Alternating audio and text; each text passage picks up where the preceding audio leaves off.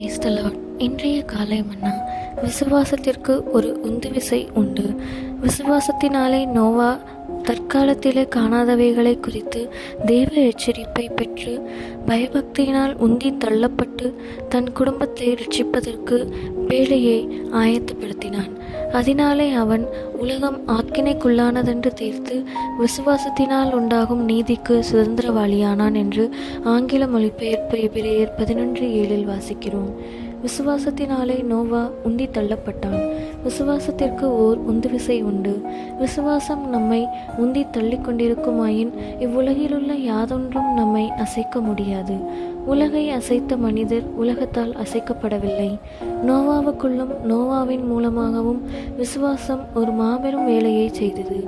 அவன் ஒரு பேழையை ஆயத்தப்படுத்தினான். பேழை சபைக்கு அடையாளமாய் இருக்கிறது. விசுவாசம் இல்லாதவர்களால் தேவனுடைய சபையை கட்டி எழுப்ப முடியாது. பேழை உண்டாக்கப்பட்டதின் நோக்கம் என்ன? அதற்குள் பிரவேசித்த அனைவரையும் பாதுகாப்பதே அது உண்டாக்கப்பட்டதின் நோக்கமாகும்.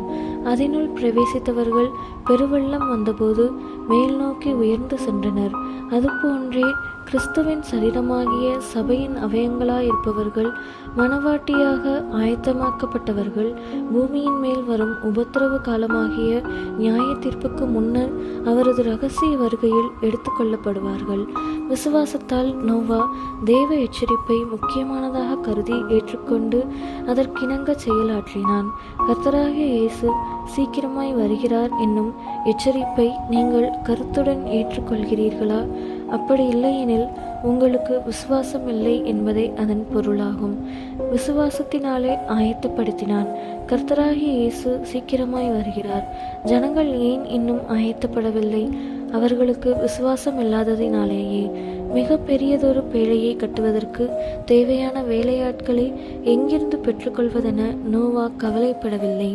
தொழிலாளர், மனித சக்தி, நேரம், வடிவமைக்கும் பொறியாளர்கள், தேவையான ஏராளமான பணம் போன்றவை அவனுக்கு ஒரு பொருட்டாய் இருக்கவில்லை. விசுவாசமானது தேவனுக்கு பெரிய காரியங்களை செய்ய நம்மை உந்தி தள்ளுகிறது. ஆமேன்.